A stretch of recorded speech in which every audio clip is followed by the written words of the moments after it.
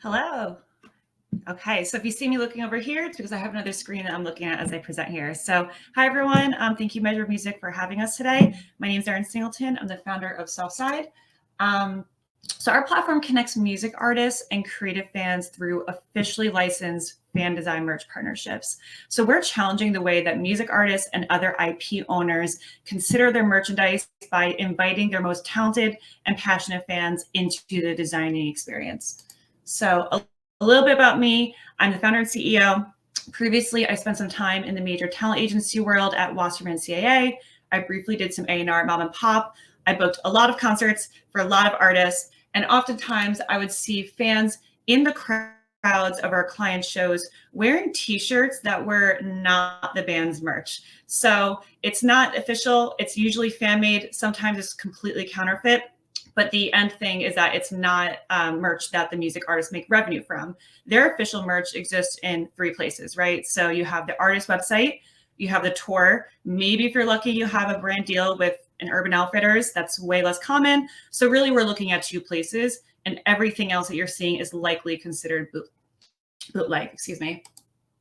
So did a little digging here, and there's a lot of merchandise that is counterfeit. And so you'll see that there are a few big artist names in these headlines, and that doesn't look good for them. It doesn't feel good for their fans. So there's clearly an issue here that needs to be fixed, both from a legal standpoint, a PR standpoint, and a revenue standpoint. So simultaneously, merch is becoming a very important revenue stream for music artists.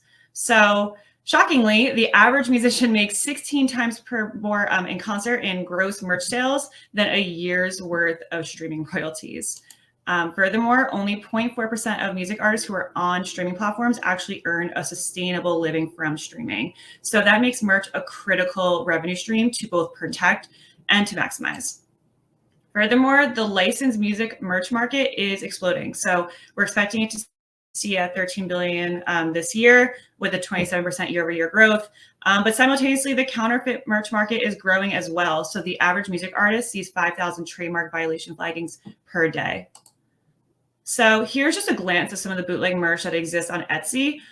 Interestingly, a lot of these shops don't exist anymore because Etsy is in the business of cease and desist. So rightfully so, this is all IP that these shops don't have access to, but that's isolating what's arguably the most biggest super fans from being able to engage with their music artists in a meaningful way. And so really music artists have 2 options. They can send the cease and desist, which ends up being those PR headlines that we saw before. They can ignore it altogether, which leaves money on the table, or they can commission the fan directly. It's a little complicated. I don't think any 18-year-old kid wants to be on a legal email with the music artist team, so it's a little tricky, but ultimately we view this as a lose-lose situation. So this is where Softside comes in. We decide to legitimize the bootleg spirit by actually doing it right, and that's by protecting our artist IP. And so how does it work? So we initially started drop style. So we basically would do these 1-month drops. The music artists would have a call of action on their social media, asking their fans to design the merch. It led to hundreds of fan art submissions, and we generated $20K in gross revenue in our first month of sales while fully bootstrapped. Then we realized we should expand. So here we are now. This is coming later this year. Softside will be transforming into a SaaS platform. So fans will be able to build merchandise directly on the platform. The music artist teams will have a backend where they can fully control the designs, approve, deny, ask for edit requests. They'll control the royalty splits, view their sales data, and we will have a marketplace and many more features. So here's what we're currently focusing on. We are looking to add artists onto the platform. So for the beta, it will be invite only. We currently have some partnerships in motion, and we will be needing more as we continue going. We are going to start looking for some pre-seed funding to support that rollout. And then we're always open to any strategic advisors who really resonate with what we're building and who perhaps want to help guide our long-term goals. So thank you. Here's my contact info if you want to do a little QR code that leads to my LinkedIn, but I'm open to all questions and conversations. Thank you so much, Erin. I love this idea. And I saw someone in the chat said, first of all, seems like a good match to collab with SmartVine, which I love. Yeah, one of the for sure. I thought the same thing. Yeah. I'll make sure you guys get connected after this. One of the reasons why I brought you guys on is this year, Measure Music has a really big focus on artist development and how we can help artists more. That's why we're also doing the artist project this year and the artist career fair this year. So there's a lot going on. So thank you, first of all, for that. Let's kick off with questions. William has the first question here. Will the fan own the rights to the design or co-own with the artist in return for access and promotion of the design with the artist? So the music artist does retain the ownership to the IP. That's something that's extremely important to the artists that we've talked to be on the platform in the first place. That being said, we do have terms that protect the fans. So for example, if a music artist had a best-selling item that they want to bring on tour, they can't just print in an order and not compensate that fan. So we do have terms that will make sure that the fan is always adequately compensated. If they have designs that are not selected, they own the IP to that. They can do whatever they want. If they end up going on Etsy, we can't please Etsy.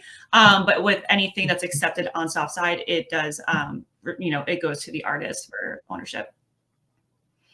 Fantastic. And I have a question before I go into the next question. What is the current structure of your audience? Is it like a wide volume of fans with a few artists that you're working with? Is that how it's currently how that's currently structured? Yeah, so our first partnership actually had, we only worked with 4 or 5 emerging artists to test the concept, and we ended up getting hundreds of submissions, which was a great first network of fans who were interested in being involved with this. We ended up doing focus groups as well with hundreds of fans around the world. So we do have a great database of fans who are like ready to be on this platform as soon as it's ready. And now we're actually reversing it and talking to a lot of people from my old network at the agency and label to have their artists on this platform. So now we're kind of simultaneously focusing on both. Amazing. And I think someone asked, I guess you can talk a bit more about this here. The benefits to the fan designer. Obviously, we talked a bit about the monetary component. Yeah. You can talk through a bit more about what this looks like for them. Yeah. So when we ran focus groups with fans, they were really eager for something like this because their shops on platforms like Redbubble and Etsy and even TikTok are being pulled down. So they don't really feel like they have a home per se for fan merch. So they like that they know that the artist is giving that stamp of approval that they can't get anywhere else. And they're also that's gonna naturally lead to more sales because the artist will be promoting it on their website and so forth. So they're getting that approval from the artist. They're getting that extra marketing. A lot of fans right now are making their own Shopify sites because they don't feel like they have a place where they can sell their merch, but they're struggling with sales because they're lacking that discovery that you do see in Etsy. So that's something that we're going to be creating, something that's incentivizing for them. And they'll also have what we're calling portfolios. So they can build out examples of past work that they've made, dream collaborators they love to work with. And an artist can actually do an inbound request to work with them if they stumble upon their profile and like what they see. So there will be two-way requests for work. So it's just a fan engagement tool for both the music artist and the designer. Fantastic. I love that. And you're just getting a lot of love in the comments here as well. Oh, sorry, there was another question I had. Oh no, I have lost it. My God. So I was going to ask, I've lost it. Let's see, I'm just gonna look through the comments here. So anything else going to pop up while I'm thinking about what my question was. William said, Vinyl Me Please is another great collaboration option. Cool. I am so sorry. I had another question, I swear, but it is completely gone from my brain now. But regardless, I think this is really cool. I see a lot of upside and a lot of validation as to why this is necessary.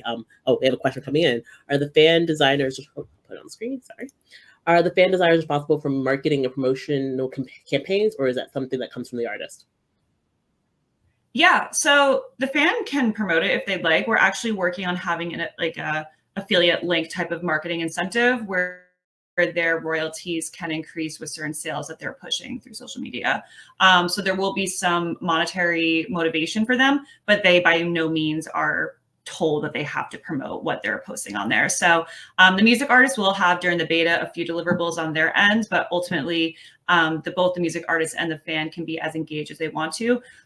In a biased way, I think it's great to promote the work that you're doing to create more sales, but it's not something that we want to create as a mandatory thing. Wonderful. And I remember my question. So how long does the entire process actually take? So from when a fan submits a design, when the artist approves, whatever it might be, what does that timeline actually look like? Yeah, so the reason that we're expanding now is because before my answer was it took too long. So like we were doing things as brand partnerships in a way where we would be working with the artists, having this call to fans to send designs. We were like working with the artists to figure out our favorites. From front to end, it was about 2 months, which was way too long. Now that we're doing it as a SaaS platform where anyone can join, anyone has that backend access to immediately start approving and to be able to list it into our marketplace. Now it can happen as soon as a day. So there will be an ever-present store of merchandise, an ever-present portfolio of fans who are ready to design merch with their artists. There will be some other commissioning that we're adding in so that fans who don't want to create something from scratch to be considered can. So showing past work to be selected. But yeah, everything can happen simultaneously in a day by having more advanced tech than we did in our previous campaigns. Fantastic. I love that. One of the things I always say to startups is that if you aren't moving fast, there's no reason why a big company wants to work with you. So that's a great answer. I think we'll have time for maybe 2 more questions. Is it only specific to apparel, or can fans design posters, data books, specialized artwork, etc.? Yeah, so right now we are focusing on apparel to keep it niche, to understand that the features that fans and artists both like, don't like, really making sure the platform is as perfected as it could be. And then we'll start expanding based off of feedback into other like trinkety type of things, posters, stickers, etc. So for now in the beta, it will be mostly like hoodies, t-shirts, long sleeve shirts, etc. But we do plan to expand that. Fantastic. Cool. Let's do one more question. Here we go. Are there long-term collaboration opportunities for the fan designers? Yes. So based off of the feedback that we had when we talked to fans, they really like that there is this two-way requests that the music artist teams could have in the app. So that is all in-app. Licensing terms are done. They don't have to be on an intimidating email with a legal team. So we see fans, or we're really calling them creators, being as in demand on this platform as some of the music artists that they're submitting for. So by being able to build out their portfolio with, hey, here's my work, here's the mediums I work in, here's the music artists I love, like the genres I want to design for, eventually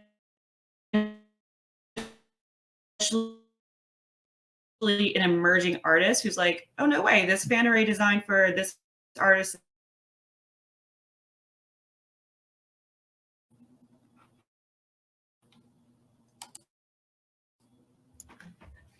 Fantastic. Wonderful. Well, thank you so much. I love the questions. I love the idea.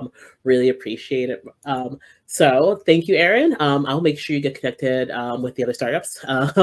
And I'm going to move on to our final startup, Yeah. our last startup is called Nation. Thank you, Erin.